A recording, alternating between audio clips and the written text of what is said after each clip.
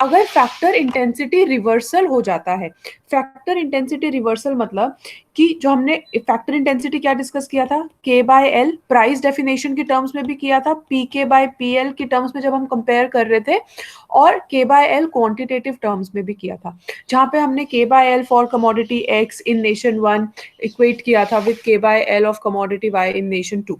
So this was factor intensity reversal, जिसके basis पे हमने ये बोला था कि कौन सी कमोडिटी हमारी लेबर इंटेंसिव होएगी और कौन सी कमोडिटी हमारी कैपिटल इंटेंसिव होएगी.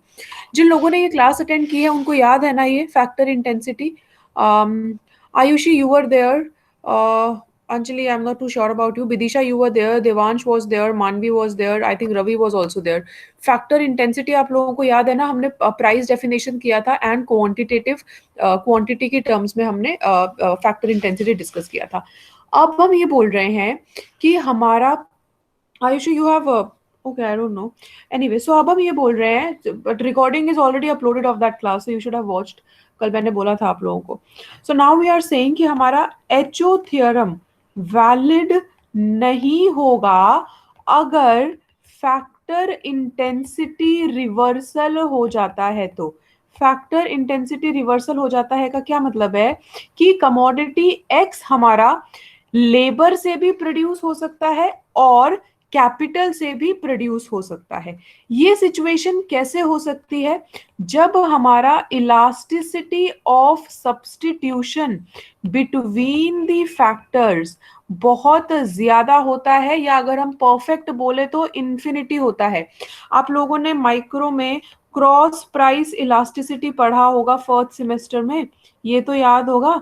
क्रॉस प्राइस इलास्टिसिटी कॉम्प्लीमेंट्स का क्या होता है और सब्स्टिट्यूट्स का क्या होता है? Do you guys remember this cross price elasticity, या ये भी भूल चुके हो? Cross price elasticity micro first semester में पढ़ा होगा, प्राइस इलास्टिसिटी इनकम इलास्टिसिटी के साथ में, याद है?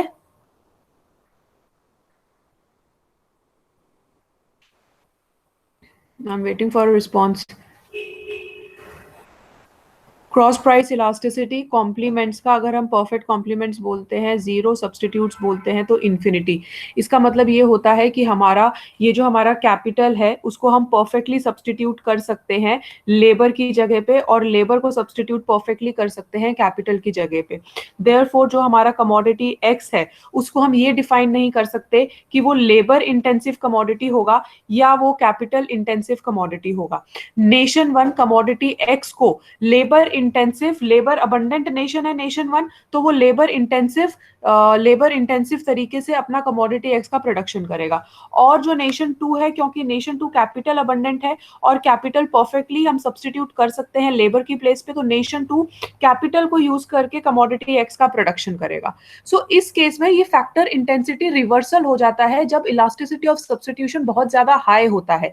और इस सिचुएशन में हम कोई भी कमोडिटी को ये नहीं बोल सकते कि वो लेबर इंटेंसिव कमोडिटी है या वो कैपिटल इंटेंसिव कमोडिटी है. सो जब भी फैक्टर इंटेंसिटी रिवर्सल एग्जिस्ट करेगा, क्योंकि आप एक बार अपनी assumptions में देखो, एचओ थ्योरम की assumptions में हमने क्लियरली लिखा था that let commodity X be labor intensive commodity and let commodity Y be capital intensive commodity. अगर हम ये assumption नहीं लेते, अगर हम ये क्लियरली डिफाइन नहीं करते, तो हमारी ऐसी सिचुएशन अगर हो सकती है जहां पे एक commodity labour abundant, labour intensive भी हो सकती है और कैपिटल इंटेंसिव भी हो सकती है. ये चीज होती है जब हमारा जो फैक्टर्स ऑफ प्रोडक्शन होते हैं, जो इस केस में हमारे दो फैक्टर्स ऑफ प्रोडक्शन है, that is capital and labour, वो परफेक्टली सब्स्टिट्यूटेबल होते हैं. So H O theorem will not hold if there is factor intensity reversal.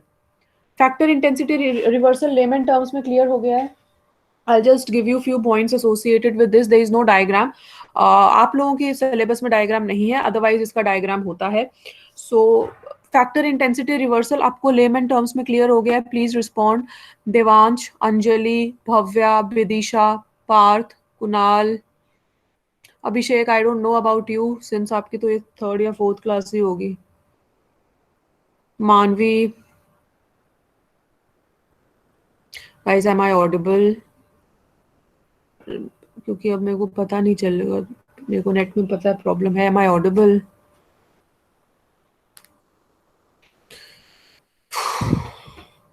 Okay, तो ये येस वाला आंसर किसका है? ऑडिबल का है या क्लैरिटी का है? क्लियर हुई हैं चीजें? Please respond on that also. Factor intensity reversal कुछ हद तक समझ आया है या नहीं आया है? Clear? Okay Vidisha. All right. So I'll just, so this was just for your understanding. I'll just give you few points associated with this, and then we'll go to the PDF जहाँ से आपको actually आप refer करोगे जो आपकी major book है, एक बार वहाँ से भी 2-3 case studies हैं. We'll refer to that also, and then this unit will be over today. So starting with this is factor intensity reversal.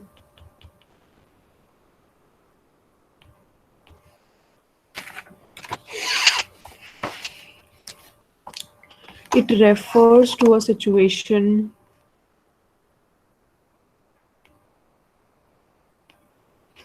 where a given commodity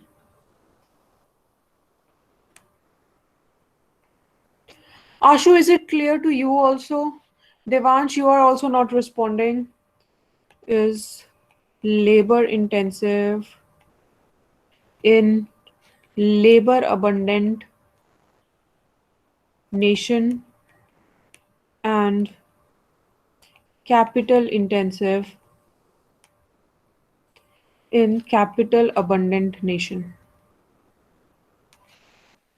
अच्छा, कल से हम यूनिट 2 स्टार्ट करेंगे. यूनिट 2 किसी भी तरीके से यूनिट 1 से एसोसिएटेड नहीं है. Unit 2 is all about tariffs, taxation and जो रिस्ट्रिक्शंस, ट्रेड रिस्ट्रिक्शंस लगाए जाते हैं वो. तो जो आपके फ्रेंड्स हैं जिन्होंने भी यूनिट 1 अटेंड नहीं किया है, जिनको लग रहा है बीच में आएंगे तो हम अटेंड नहीं, हमें समझ नहीं आएगा, प्लीज उन तक ये मैसेज पहुंचा देना कि कल से यूनिट 2 स्टार्ट हो रहा है. It is not associated with unit 1. उनको प्रॉपर समझ आएगा अगर वो कल से स्टार्ट करेंगे, नहीं तो अगर कल की क्लास 1-2 क्लासेस शुरू में ही मिस कर दी तो यूनिट 2 भी फिर गया. Okay. Next is to determine when and why factor intensity reversal को मैं FIR लिख रही हूं, आप लोग मत लिखना, आप लोग पूरा लिखना एग्जाम में. All right.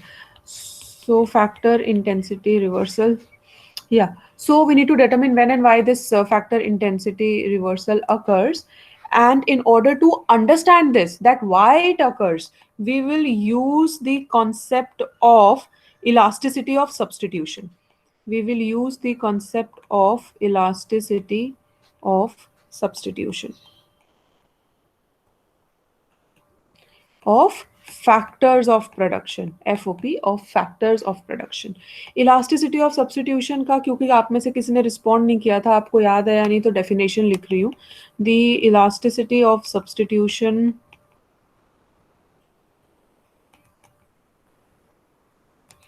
measures the degree or ease with which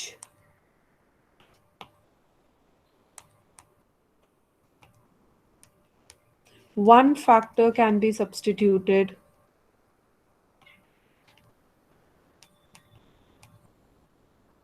for another in production as the relative price मतलब जब as compare to other factor of production किसी और के प्राइस में कोई चेंज आता है. यहाँ पे हम बोल रहे हैं when the relative price of the factor declines.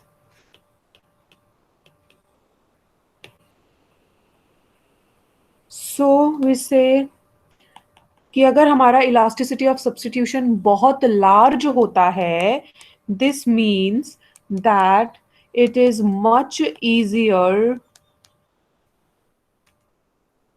to substitute labor for capital in the production of Y and capital for labor in the production of X. This happens when the elasticity of substitution is very great. And chalo, just write down these 3 points. 2-3 more points needs to be written down. Let me know when you are done with this. Just let me know when you are done with this. Factor intensity reversal, again this is an important topic. पूछा जा सकता है कि Heckscher Ohlin theory हमारा किस case के अंदर valid नहीं होगा. One of the reason is factor intensity reversal, and it can be asked to explain it in depth, wherein it can come for about 5 marks or 10 marks also. और जो पहले भी बोला था, जो क्वेश्चंस मैं आपको टॉपिक के साथ में बता रही हूँ ना, वो जहां पे भी आप लोग अगर नोट्स बना रहे हो वहीं पे ऊपर लिख लो इंडेक्स में इन क्वेश्चंस को, कि कितने मार्क्स से क्वेश्चन आ सकते हैं, इंपॉर्टेंट है या नहीं है, वहीं लिख लो please. And let me know when you are done with these 3 points. I'll just give you 3 more points then.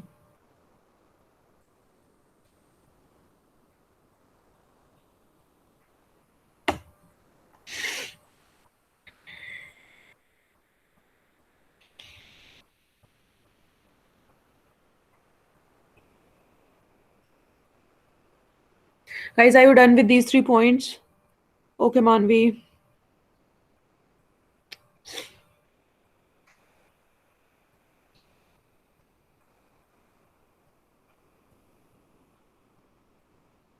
सी, आपका जो मेजर लिखने का और ड्रॉ करने का है ना, वो सिर्फ फर्स्ट 2 यूनिट्स में ही है. फर्स्ट यूनिट तो आज हो जाएगी, सेकेंड यूनिट भी मैं ट्यूसडे या वेडनेसडे तक आप लोगों का फिनिश हो जाएगा. उसके बाद आपका जो थर्ड यूनिट आएगा, that will be focusing on the development of various institutes, जो इंटरनेशनल हमारे ऑर्गेनाइजेशंस हैं, WTO, world bank, that we will do with PPT. वो सारी चीजें हमारी समझने की होंगी, and it will go in a story form. And fourth unit onwards it will be finance. तो आपका जो मेजर लिखने का और ड्रॉ करने का हो रहा है, वो आपका अभी यहाँ पे हो रहा है. इसके बाद after unit 2 we will not have so many things to, as in I will not be giving you so many points to write down, but here because it is theory and diagram, for that I am giving you, as you have asked. All right, so 3 more points. So we said that if if the if we are saying that the elasticity of substitution is very large, so with the large elasticity of substitution,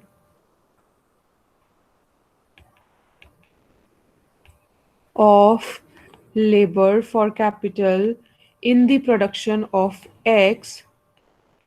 So what will happen now? First, nation 1 will produce.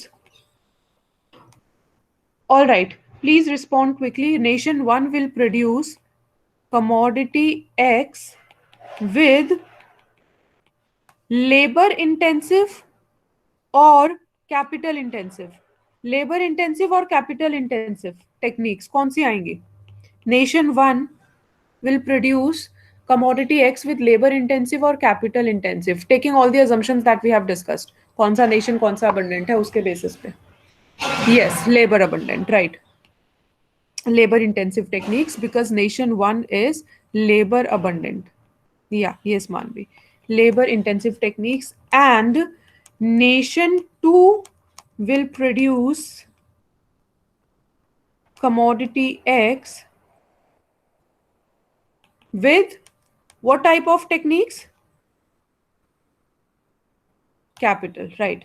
Capital intensive techniques. Okay, I hope since you are replying तो आपको clear होगा, और अगर किसी और को clear नहीं है तो बेटा पूछ लो प्लीज. However, अगर हम ये बोले, ये तो हमने क्या बोला है कि हमारा लार्ज इलास्टिसिटी ऑफ सब्स्टिट्यूशन है. But suppose if we are saying that the other extreme case we are taking, that the elasticity of substitution of this labor for capital is very low, in the production of Y, then the two nations will be forced, then the two nations will be forced to use similar techniques in producing commodity Y,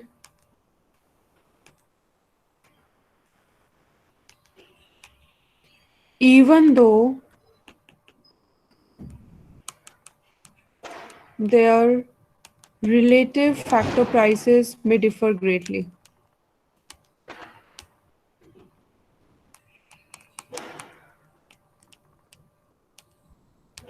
Okay.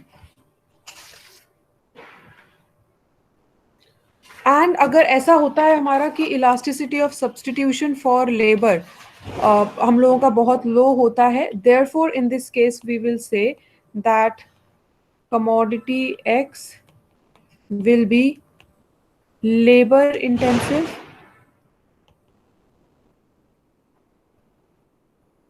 Anyway, आप ये लिख लो पहले फिर explain करते हो. Just note these points down.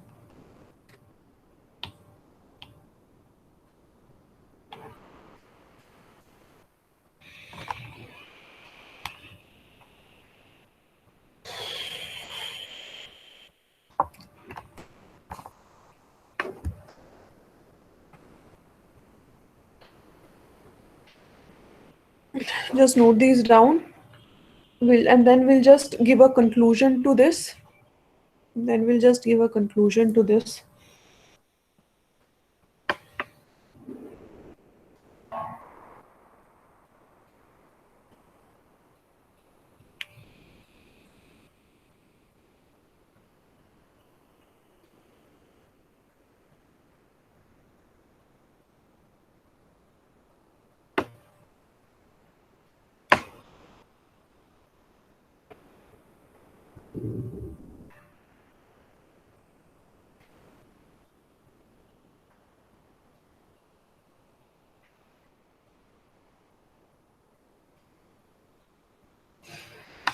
I hope you are done. Just giving conclusion. So we say that when the factor intensity reversal is present, number one, HO model, Heckscher-Ohlin model fails as two nations cannot export the same homogeneous commodity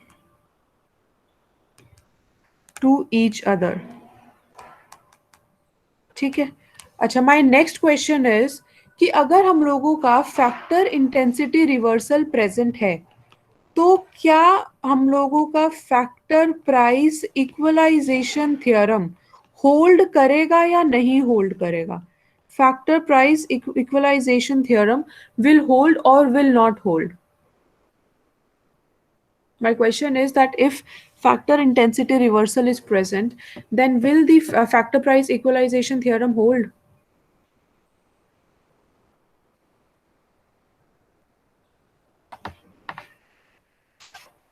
It will hold, Ayushi.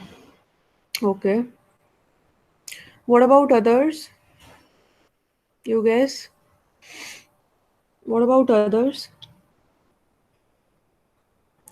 Bidisha is also saying yes. Okay. Manvi?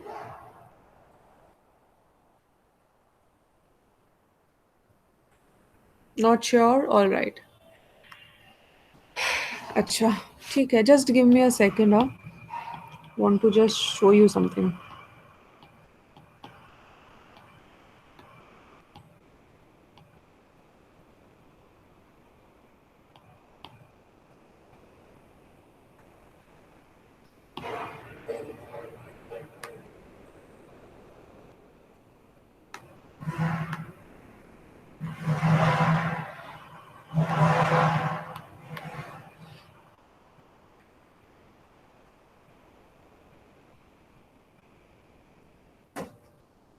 चाहिए तो हम लोगों का वो चल रहा है. I was just trying to find out where and I have explained factor intensity reversal to you guys.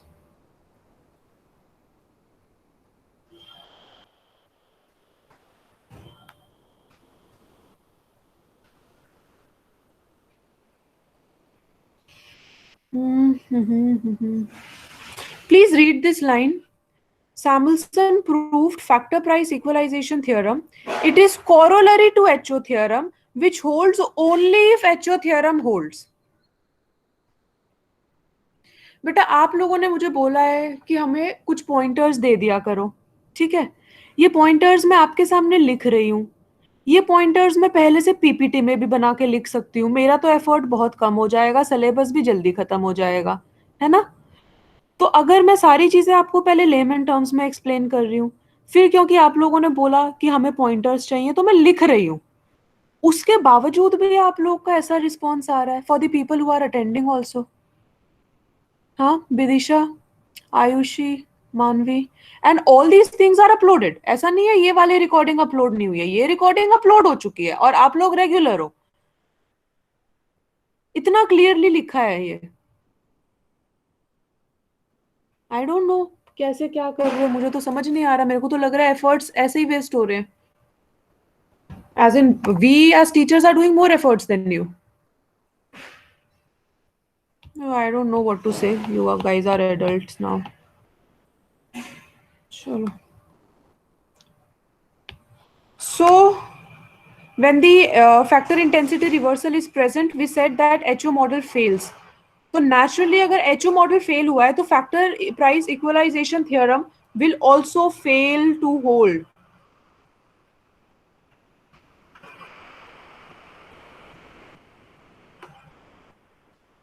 With this, from my side, this unit is over. I don't know आप लोगों को कितना समझ में आया है। मैंने सब कुछ आप लोगों को आपके कहने पे पॉइंटर्स लिखवा दिया है, डायग्राम ड्रॉ कर दिया है। बार बार मैं आप लोगों से पूछ रही हूँ, कोई डाउट है तो पूछ लो, कोई डाउट है तो पूछ लो। इससे ज्यादा आई don't know what I can do sitting at home taking online classes putting in my 100% efforts. इससे ज्यादा तो यही हो सकता है। फिर आपका एक टेस्ट होएगा एंड अगर आप लोग उसमें नहीं अच्छे से परफॉर्म कर रहे हो, it will be a strict test and you will get to know the result. फिर तो वही चीज होएगी, फिर सरप्राइज टेस्ट लो, उसमें फिर देखो कितने मार्क्स आते हैं। चलो, I just share my screen from my laptop now because I need to will just go through your books also. अभी कोई भी रिस्पॉन्ड नहीं कर रहा, I don't even know whether you guys are listening और नॉट। सो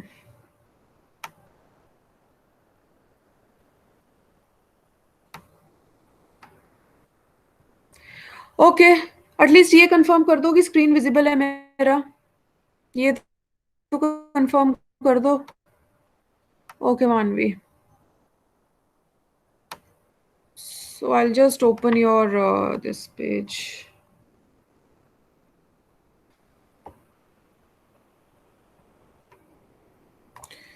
यस, ये हमने ये वाला चैप्टर हमने हाफ डिस्कस कर लिया था फ्राइडे को मॉर्निंग वाले लेक्चर में।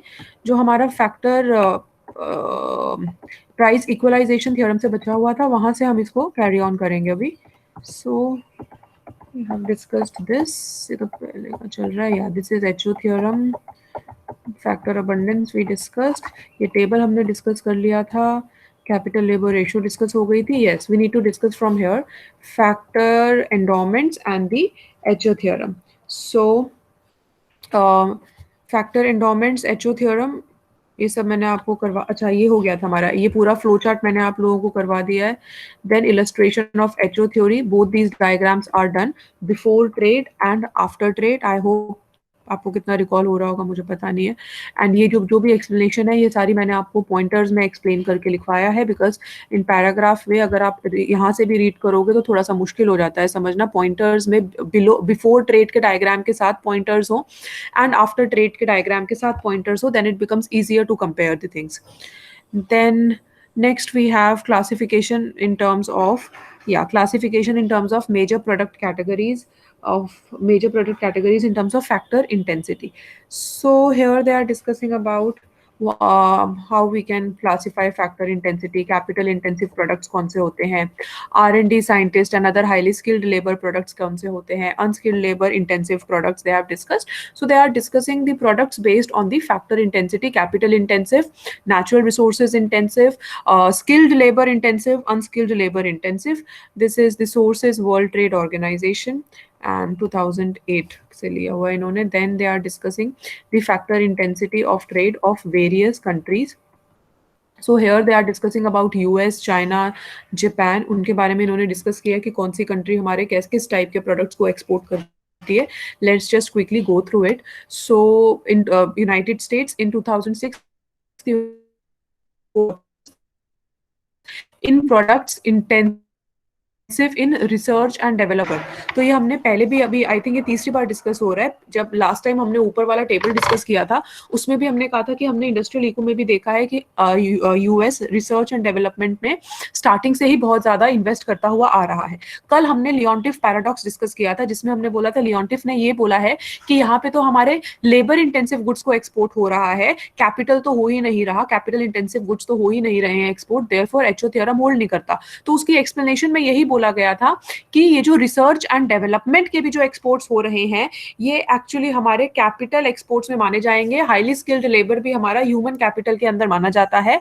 एंड देयरफॉर आप यहाँ पे देखो इन्होंने बोला हुआ है कि यूएस जो है वो एचओ थ्योरी को पूरी तरीके से कंफर्म करता है।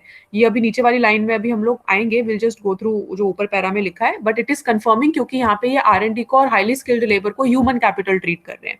So it exports goods such as chemicals other than pharmaceuticals, aircrafts, integrated circuits, power generating machinery, and scientific and controlling measurements. And net import surplus in some natural resource products such as fuels, product intensive in unskilled labor.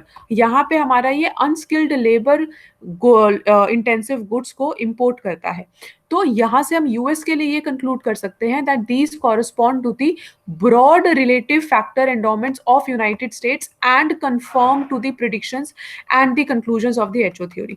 जो HO theory ने बोला वो चीज US में satisfied है। On the other hand, the United States had a net trade deficit in other products intensive in research and development and highly skilled labor. Then they are just repeating just ऊपर वाला. So US का study हमको clear है. Japan, let us look at Japan now. Japan had a large net export surplus in capital intensive products and products intensive in research and development and highly skilled labor, and a very large net import surplus in products intensive in natural resources and unskilled labor, exactly as expected from Japan's relative factor endowments also. Therefore हम ये बोल सकते हैं कि Japan के case में भी हमारा एचओ थ्योरम वैलिड होता है. Now let us see from the aspect of European Union. So as predicted by its relative factor abundance, the European Union had a net export surplus in capital intensive products. Now see, in all these countries, since they are developed countries, it is expected कि इनका जो export होएगा वो capital intensive goods में ही होएगा generally, क्योंकि general मतलब कि हमने जब बहुत सारी डेवलप्ड कंट्रीज का देखा तो उसमें से मैक्सिमम कंट्रीज का हमारा कैपिटल इंटेंसिव एक्सपोर्ट होता है and highly skilled labour and a net import surplus in agricultural products, fuels and mining products, etc. But the European Union had also a large net import surplus in office and telecom equipment, which is not in conformity with its relative abundance of research and development and other highly skilled labor. तो यहाँ पे हमारा HO theorem इनके जो import है, import में जो इनका इंपोर्ट कर रहे हैं ये लोग, वहां पे एचओ थ्योरम सेटिस्फाई नहीं होता है. Then let us look at Canada. Canada's trade was dominated by a large net export surplus in agricultural products, fuels, and mining products, and a large import surplus of products intensive in unskilled labor, as predicted by the factor endowments. But contrary to the relative abundance, however, Canada had net import surplus in all the capital and skilled intensive products except for this automotive products. So यहाँ पे भी हमारा कुछ HO theorem से contradiction है. Let's look at China.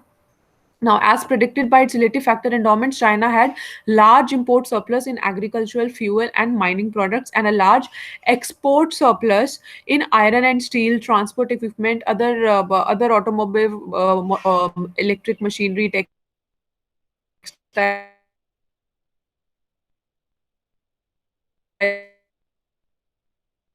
clothing, personal and household goods, contrary to its relative factors and all these things. So India is not there, but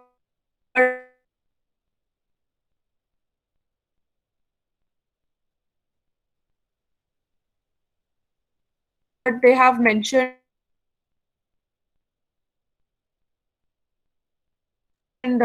China and all this to a large extent their relative factor endowments, but with some yourself. Okay, there's a lag. Is it lagging even now? Is it lagging? Is my voice not clear? Okay, it's fine. Take it. So I hope this case study is fine. Just discussing factor intensities from various perspectives, various countries. Then next topic factor equalisation theorem and income distribution. ये तो मैंने अभी आपको लिखवा दिया था, यहाँ पे देखो फिर से दिया हुआ है that factor price equalisation theorem is a corollary and for this is a corollary to this Heckscher Ohlin theorem. अगर वो होल्ड नहीं करेगा तो ये भी होल्ड नहीं करेगा। जो भी लोग स्टार्टिंग से नोट्स मेंटेन कर रहे हैं, आपके लिए नोट्स इनफ है from the aspect of your exams, nothing is being missed from your readings. Then we discuss factor price equalization theorem in depth. So यहाँ पे भी ये कैपिटल इंटेंसिव, लेबर इंटेंसिव जो भी चीज़ें आपको गिवन है वो मैंने सब आपको नोट्स में पॉइंटर्स में लिखवाया है, अनटिल अनलेस आपने मना कर दिया हो कि नहीं लिखवाना करके। Then this is relative and absolute factor price equalisation theorem. यहाँ पे हमारा ये factor price, relative factor, factor prices and relative commodity prices के टर्म्स में एक्सप्लेन्ड है कि कंपेरेटिव एडवांटेज हमारा किस कंट्री का कौन सी कमोडिटी में लाई करेगा। So they are explaining all these points here.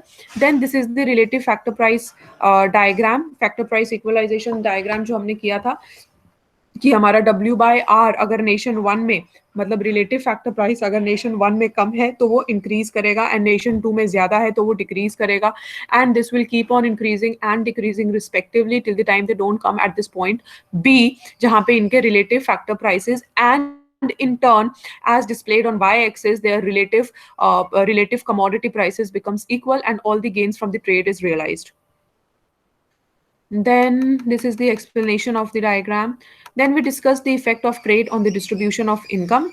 And यहाँ पे हमने कंक्लूड किया था कि जो हम लोगों की डेवलप्ड कंट्रीज होती हैं, अगर वो कैपिटल इंटेंसिव है तो उन कंट्रीज में हमारा जो रियल इंटरेस्ट रेट है वो इंक्रीज करेगा। मतलब जिस भी कंट्री में जो भी फैक्टर हमारा अबंडेंटली यूज हो रहा है और उसका वो इंटेंसिव गुड हमारा एक्सपोर्ट हो रहा है तो उसी फैक्टर का हमारा प्राइस इंक्रीज करेगा और दूसरे फैक्टर का रिड्यूस करेगा।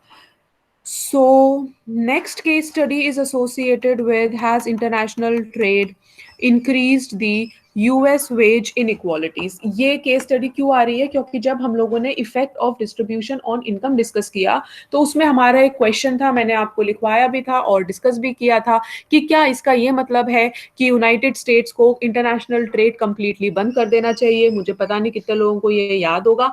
फिर हमने इसके अंदर एक्सप्लेन किया था कि जो डेवलप्ड कंट्रीज के लेबर यूनियंस होते हैं वो ये free flow of international trade को अवॉइड करते हैं, वो चाहते हैं रिस्ट्रिक्शंस हो, क्योंकि जो कैपिटल इंटेंसिव गुड्स एक्सपोर्ट कर रही हैं डेवलप्ड कंट्रीज तो वहाँ पे रियल इंटरेस्ट रेट इंक्रीज करेगा कैपिटल का और लेबर का रिड्यूस करेगा, जो लेबर यूनियंस को अच्छा नहीं लगता है।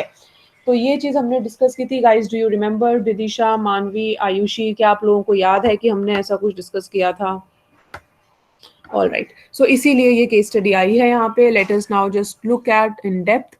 सो has international trade increased wage inequalities between the skilled and the unskilled labour? तो यहाँ पे अनस्किल्ड जो वर्कर्स हैं वो एक्चुअली हमारा ह्यूमन कैपिटल है, बट अगर हम इनको वर्कर्स में क्लासिफाई करते हैं तो क्या हमारे स्किल्ड और अनस्किल्ड वर्कर्स में जो डिफरेंस है वेजेस का वो इंक्रीज हो गया है because of the trade?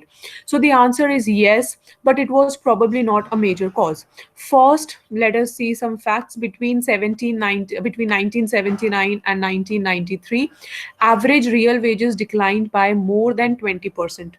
Okay, for US high school graduates, but it rose at the same time, it rose by 11% for college graduates, resulting in a large increase in skilled, unskilled workers' real wage inequalities.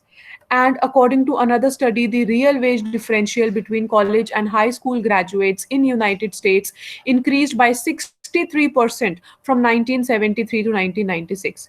So the question is, how much did international trade contribute to this increase? बहुत सारे दूसरे reasons भी हो सकते हैं किस तरह के unemployment allowance हो रही है। आप लोगों को अगर मैक्रो में याद हो तो हमने अनएम्प्लॉयमेंट एक पूरा चैप्टर किया था जिसमें हमने बोला था कि अनएम्प्लॉयमेंट जो है हम लोगों का वो बहुत सारे फैक्टर्स के ऊपर डिपेंड करता है। One of the factor is unemployment allowance की if you are not employed तो हमें गवर्नमेंट कितना दे रही है, हमारी एम्प्लॉयमेंट अपॉर्चुनिटीज कैसे क्रिएट हो रही हैं, बहुत सारे फैक्टर्स पे डिपेंड करता है। बट यहाँ पे हमें सिर्फ ये जानना है कि इंटरनेशनल ट्रेड की वजह से हमारे रियल वेजेस में कितना डिफरेंस आया है between the skilled and the unskilled labour.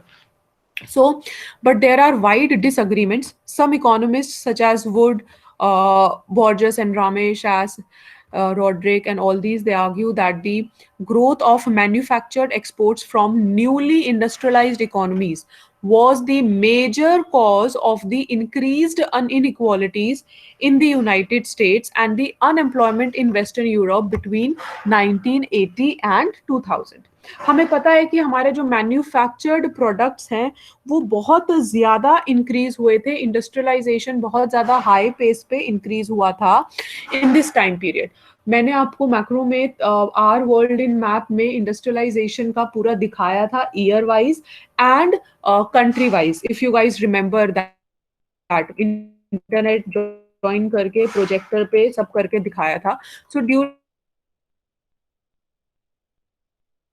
during this time, economists like and all these, they have pointed out that industrial countries, non-petroleum imports from low-wage countries are only about 3% of their GDP, and hence it could not possibly have been the major cause of the large fall in the real wages of unskilled workers in the United States and large increase in unemployment in Western Europe.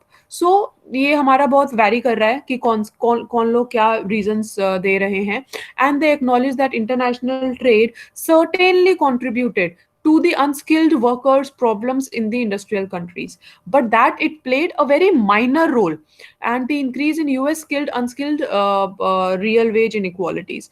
Most of this increase in the inequalities was due to technological changes such as automation, computerization of many jobs. जैसे कि अभी हमारे यहाँ पे भी कितनी studies I थी ना कि ऑटोमेशन हो जाएगा, सब कुछ रोबोट से हो जाएगा, तो हम लोग के यहाँ पे जो अनस्किल्ड लेबर है उनका उनका उनका वेजेस रिड्यूस हो जाएगा, इक्विलिब्रियम वेज, और उनका अनएम्प्लॉयमेंट इंक्रीज हो जाएगा। सो उसी तरीके से जब वो इंडस्ट्रियलाइजेशन का फेज वहां पे आया तो उसको इन्होंने एक मेजर कॉन्ट्रीब्यूटिंग फैक्टर माना है। Certain section of the economist have termed that to be a major contributory factor for this difference in the skilled and unskilled labor force rather than the international trade. However, the weight of evidence seems to be this latter view, that international trade seems to have had only a very small direct impact on the demand and wages of the unskilled labor in the industrial nations between 1980 to 2000, and most of the increase in wage inequality was due to certain other factors. So that's it. They have listed few factors. So technological change को highest factor बोला है, that is 37.7, but there is unexplained factor also, that is 37.7. आप लोगों ने statistics में या इकोट्रिक्स में correlation वगैरह किया होगा जिसमें आपका ये अनएक्सप्लेन्ड फैक्टर आता है जो आप इक्वेशंस में लेते हो। जो भी हम दो चीजें दो हमारे इंडिपेंडेंट वेरिएबल डिपेंडेंट वेरिएबल को एक्सप्लेन करते हैं, उसके अलावा हम एक फैक्टर और लेते हैं अनएक्सप्लेन्ड फैक्टर को। I hope you remember your stats and econometrics properly. Then trade को इन्होंने सिर्फ 10.1% बोला है। Then stagnant minimum wage 7.2, stagnant minimum wage हमारा एक तरीके से गवर्नमेंट पॉलिसी को रिप्रेजेंट करता है।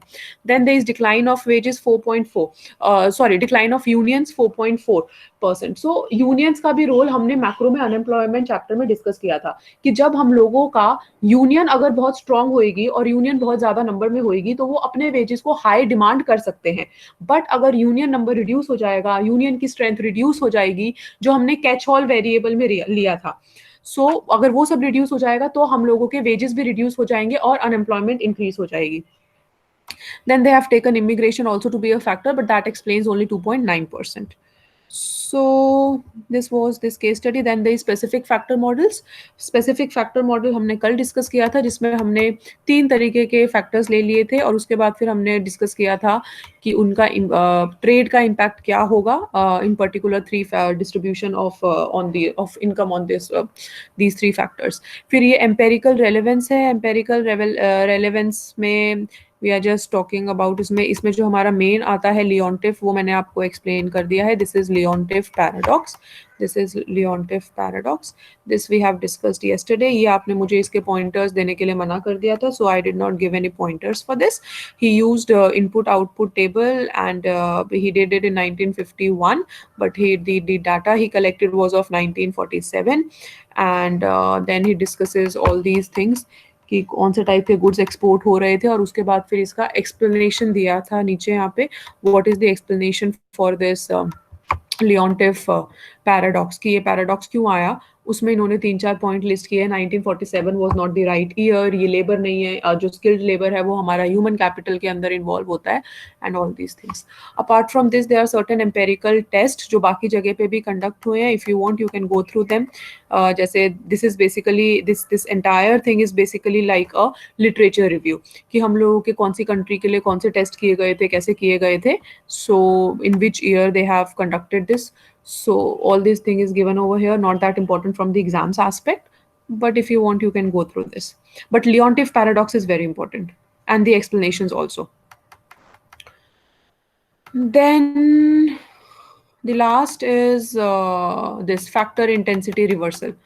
This we have discussed today. Factor intensity reversal क्या होता है? Elasticity of substitution की help से हमने factor intensity reversal को explain किया है, और उसके बाद अगर factor intensity reversal exist करेगा तो हम लोगों का HO theorem और factor equalization theorem valid नहीं होगा. With factor intensity reversal, the factor price equalization theorem also fails to hold. So, with this, your chapter is completed. If there is any doubt in this chapter, please ask. Otherwise, we are done with Unit 1 today, and tomorrow we'll be starting with Unit 2.